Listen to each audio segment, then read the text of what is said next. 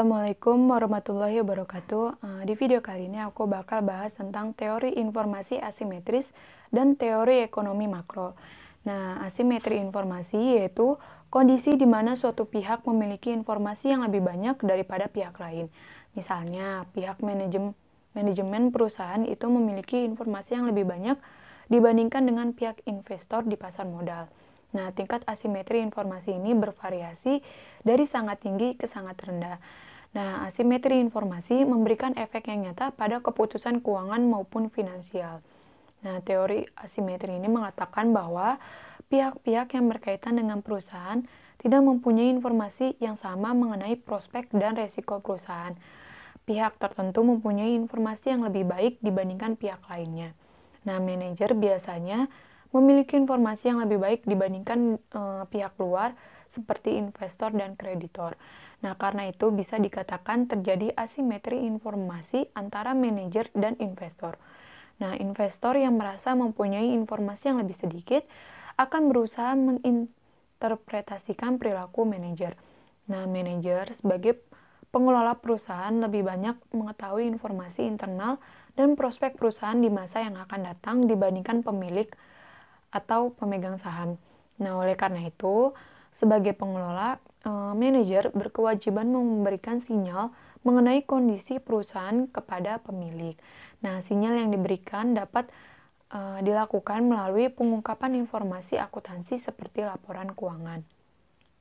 Nah, laporan keuangan ini dimaksudkan untuk digunakan oleh berbagai pihak, termasuk manajemen perusahaan itu sendiri. Namun, yang paling berkepentingan dengan laporan keuangan yaitu para pengguna eksternal. Nah, laporan keuangan ini penting bagi para pengguna eksternal terutama karena kelompok ini itu berada dalam kondisi yang paling besar ketidakpastiannya.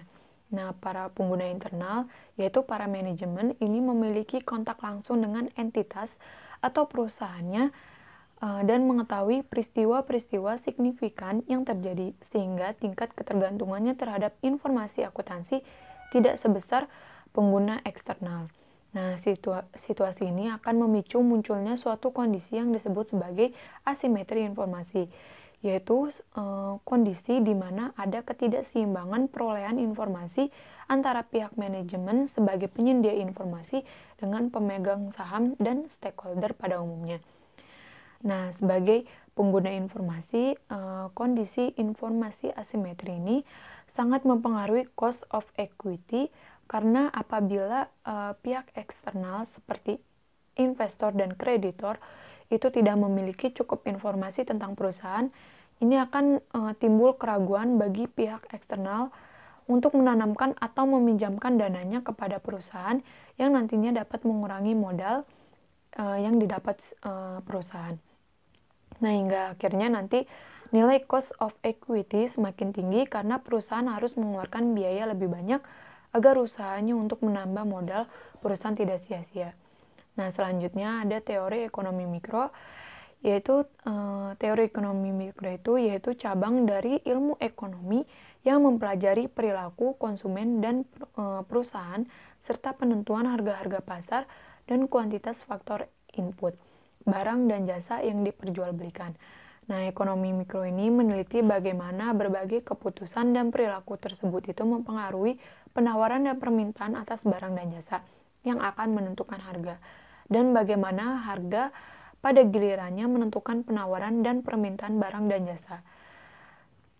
Selanjutnya, nah dalam teori permintaan dan penawaran ada beberapa komponen ekonomi mikro yang mempengaruhi permintaan dan penawaran produk barang dan jasa. Yang pertama yaitu interaksi dalam pasar barang. Nah, perekonomian terdiri dari berbagai pasar, salah satunya yaitu pasar barang. Nah, penjual dan pembeli biasanya membuat sebuah kesepakatan harga dalam interaksi pasar barang. Nah, ekonomi mikro ini cukup penting perannya untuk mendalami interaksi yang terjadi di pasar di mana secara lebih jauh dapat mempengaruhi kebijakan pengambilan keputusan terkait harga produk dalam perusahaan. Yang kedua, ada kebiasaan dari penjual dan pembeli. Nah, kebiasaan dari penjual dan pembeli itu merupakan komponen penting dalam ekonomi mikro. Ini berkaitan dengan Munculnya perilaku produsen dan konsumen di pasar dengan tujuan yang berbeda-beda. Karenanya, dari komponen ini perlu membahas bagaimana seorang dari konsumen harus memenuhi kebutuhannya dengan pendapatan yang dimilikinya.